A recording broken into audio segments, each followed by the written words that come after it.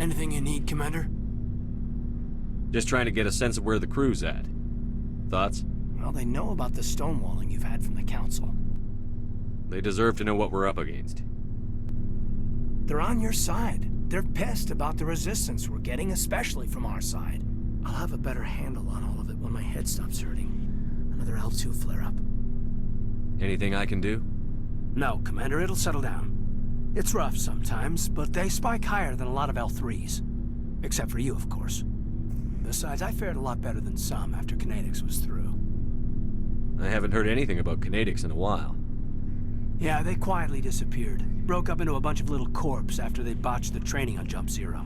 After first contact, kinetics was set up to track Element Zero exposures and develop implants for humans.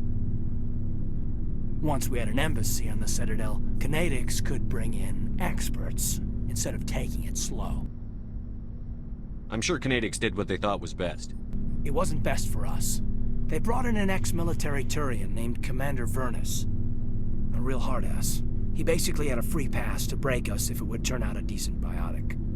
Kind of spiraled from there, Commander. Did he ever face charges for that? He got his, yeah. But like everything else at Jump Zero, it was under the table. The less said, the better. Anyway, this is ancient stuff. I walked it off a long time ago. I should get back to my duties, Commander. We're here to make history, not rehash it. We'll talk another time, Lieutenant. Commander?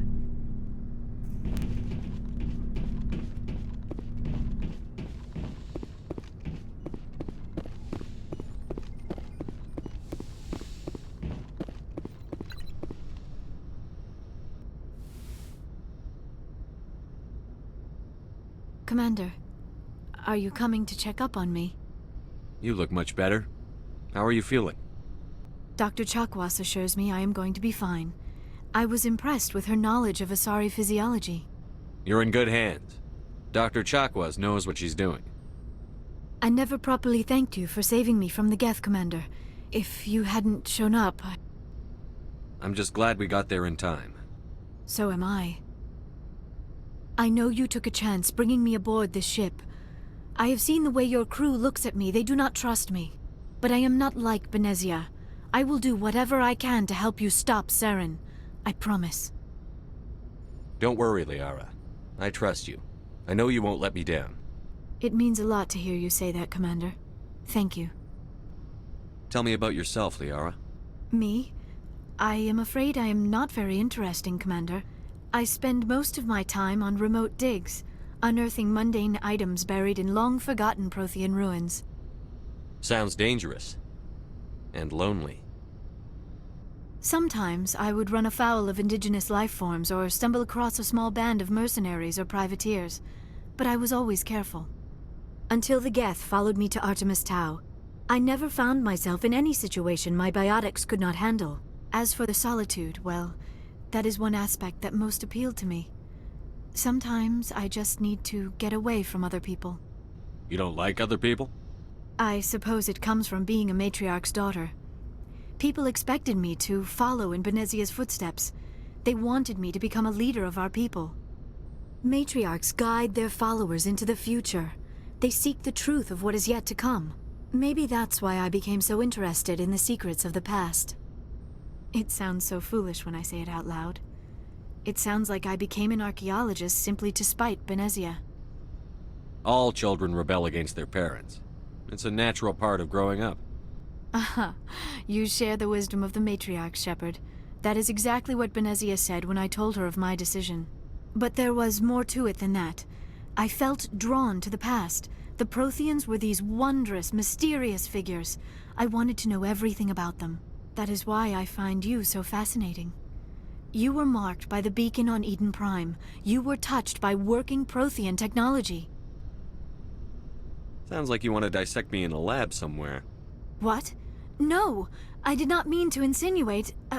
I never meant to offend you, Shepard. I only meant that you would be an interesting specimen for an in-depth study. No, that's even worse. Calm down, Liara. I was only joking. Joking? Oh, by the goddess, how could I be so dense? You must think I am a complete and utter fool. Now you know why I prefer to spend my time in the field with data disks and computers. I always seem to say something embarrassing around other people.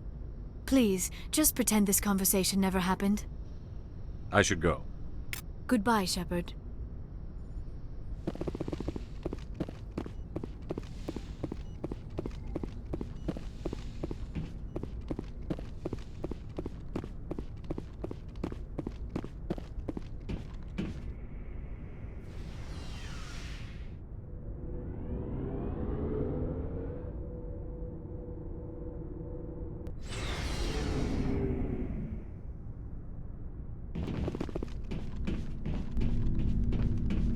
Commander, good to see you.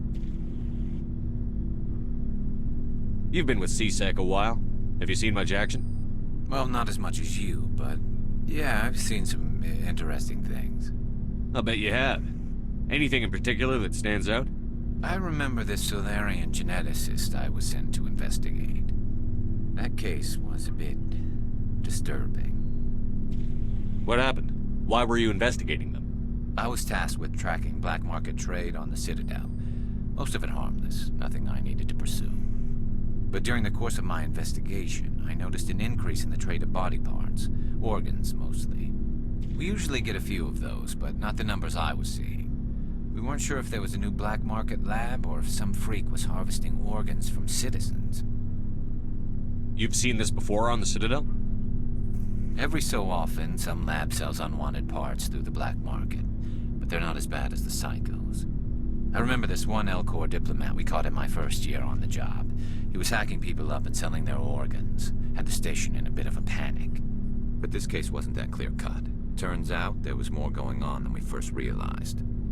So how did you figure out what was happening? First, we got a hold of a sample and ran DNA tests. The weird thing was, the match led us to a Turian who was still alive and was very convinced he'd never lost his liver. After a bit of digging, I discovered this Turian worked briefly for Dr. Salion, the geneticist. So I went to his lab hoping to find evidence of cloned organ development, but there was nothing. No Solarian hearts, no Turian livers, not one Krogan testicle. You're kidding, right? Why would anyone want Krogan testicles? Some Krogan believe that testicle transplants can increase their virility, counteract the effects of the genophage. It doesn't work, but that doesn't stop them from buying. They'll pay up to 10,000 credits each. That's 40,000 for a full set. Somebody's making a killing out there. What did you do about the geneticist? I brought in some of his employees for interrogation, to see if I could get them to talk. While I was interviewing one of them, I came across something suspicious. You mean threaten? Was that really necessary? Maybe, maybe not. Either way, it paid off. One of my detainees started bleeding profusely during the interview. We offered to patch him up, and he got frantic, freaked out. I ordered a full exam to find out what was going on. Our medics found incisions all over his body, some of them fresh. That was our big break. These people weren't just Dr. Salion's employees. They were test tubes. Walking, living test tubes. He was growing parts inside these people? Exactly. He cloned their organs right inside their own bodies. Then he harvested them and sold them off. Most of the victims were poor. He'd pay them each a small percentage of the sales, but only if the organs were good. Sometimes an organ wouldn't grow properly, so he'd just leave it in them. Most of them were a mess, but only on the inside, hidden so nobody could see it.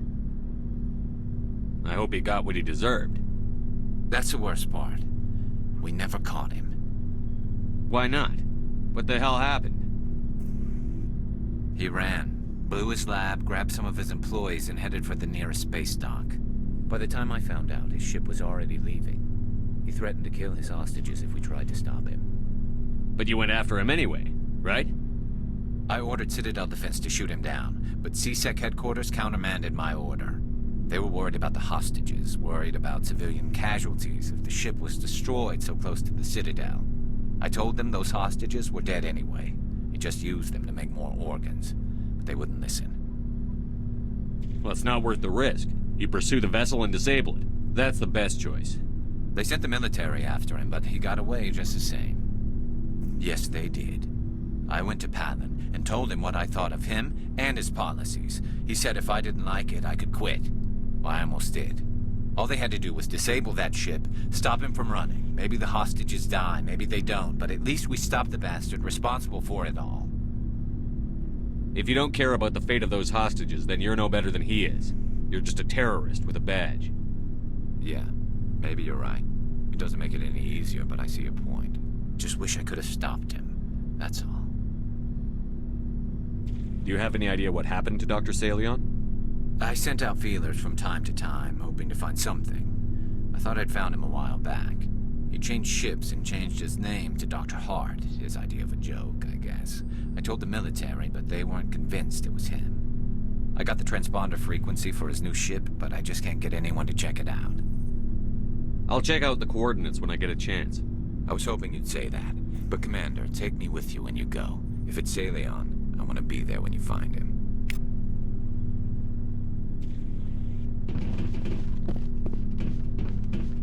Oh, before I go, you said you're serving with Commander Shepard now? We saw him on the news here. He's cute. Later, sis. Tell me you didn't hear that. Afraid I did. Oh, shoot me now. One of my sisters. That's Sarah, the youngest. Surprised to see you here, sir. Thought you'd be chatting up, what's her name? Tassoni? Liara, why would you think that? Scuttlebutt says you got a bit of a thing for her. I could understand why. The crew's off limits with the regs against fraternization. And at least she looks like a woman. You think I'm interested in Liara because she's the only one I'm allowed to date? So you are interested in her.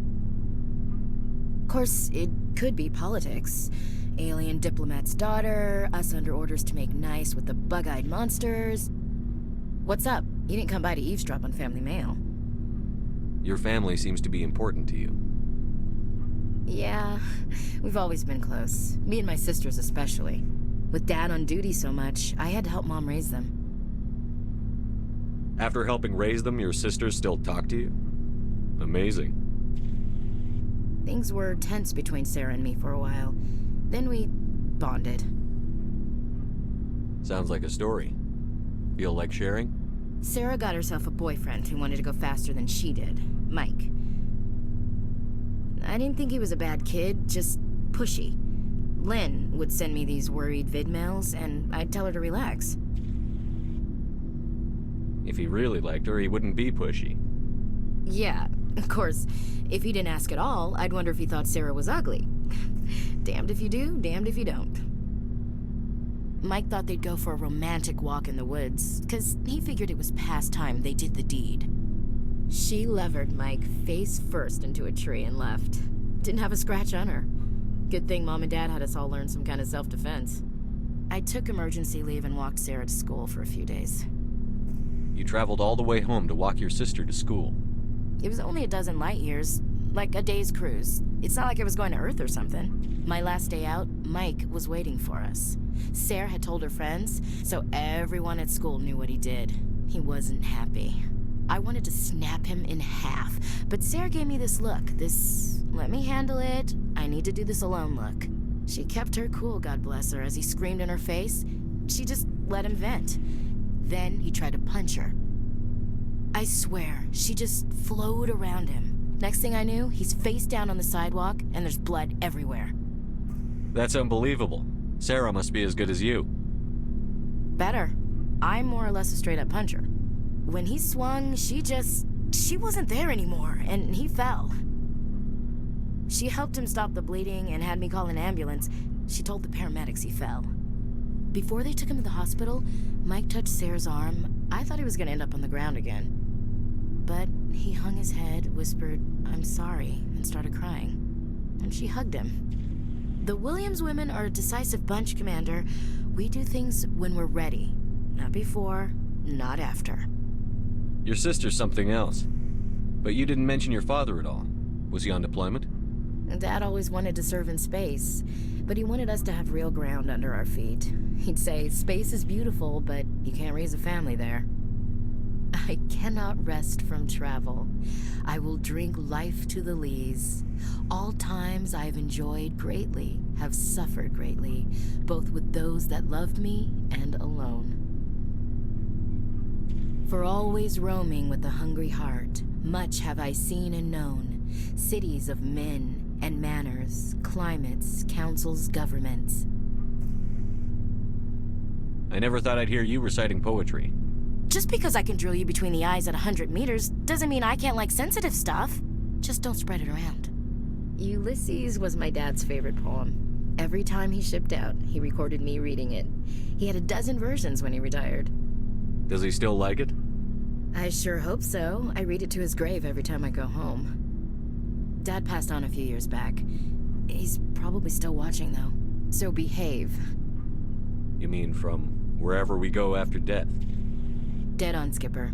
He's with God now. That's not a problem with you, is it? That I believe in God? You know that old saw, there's never an atheist in a foxhole? I've been in a lot of foxholes. Yeah, I guess you have. I've met a few people who are really weirded out by my faith. Because I work in space, I can't believe in a higher power? Jeez. Hello, have you people looked out the window? How can you look at this galaxy and not believe in something? I should get back to my duties. Didn't mean to take up so much of your time. We'll talk later, Williams. Looking forward to it, Skipper. What do you want, Shepard? Why did you become a mercenary? Lots of reasons. Such as? Such as, I needed to get out of our system. I needed to eat. I needed to survive. Why not stay and help your people? I tried to help. That's why I had to leave.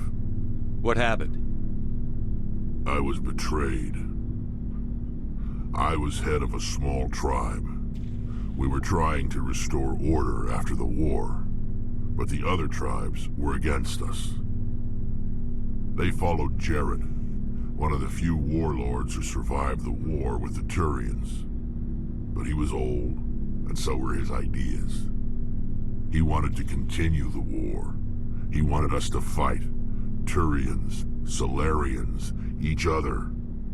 It didn't matter who, as long as we were fighting. What did you want? I just wanted Jared to shut up, to stop his ranting. I wanted him to stop leading the tribes astray. But he couldn't understand how much things had changed. We didn't have the numbers to go to war. Even if we did, the genophage made sure we couldn't replenish our numbers fast enough. I told them all to forget about war.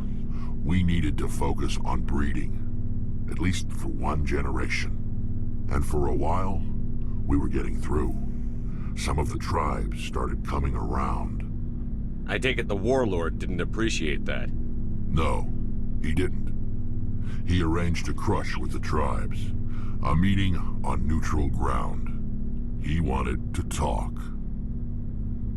We met at the Hollows, near the graves of our ancestors.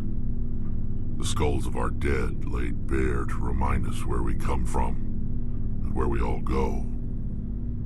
It's as sacred as any Krogan place can be. Violence is forbidden. It sounds like a trap to me. You must have suspected as much. I did. But when your father invites you to a crush, well, there are some laws that even we hold sacred. Jared was your father? He was. Until that day. We talked, but we didn't get anywhere. When it was clear that I wouldn't join him, he gave the signal. His men leapt from the graves of our ancestors like Krogan undead. The The few that were loyal to me died quickly. I escaped with my life, but not before I sank my dagger deep into my father's chest. That is why I left, and that's why I'll never go back. So long, Rex. Shepard.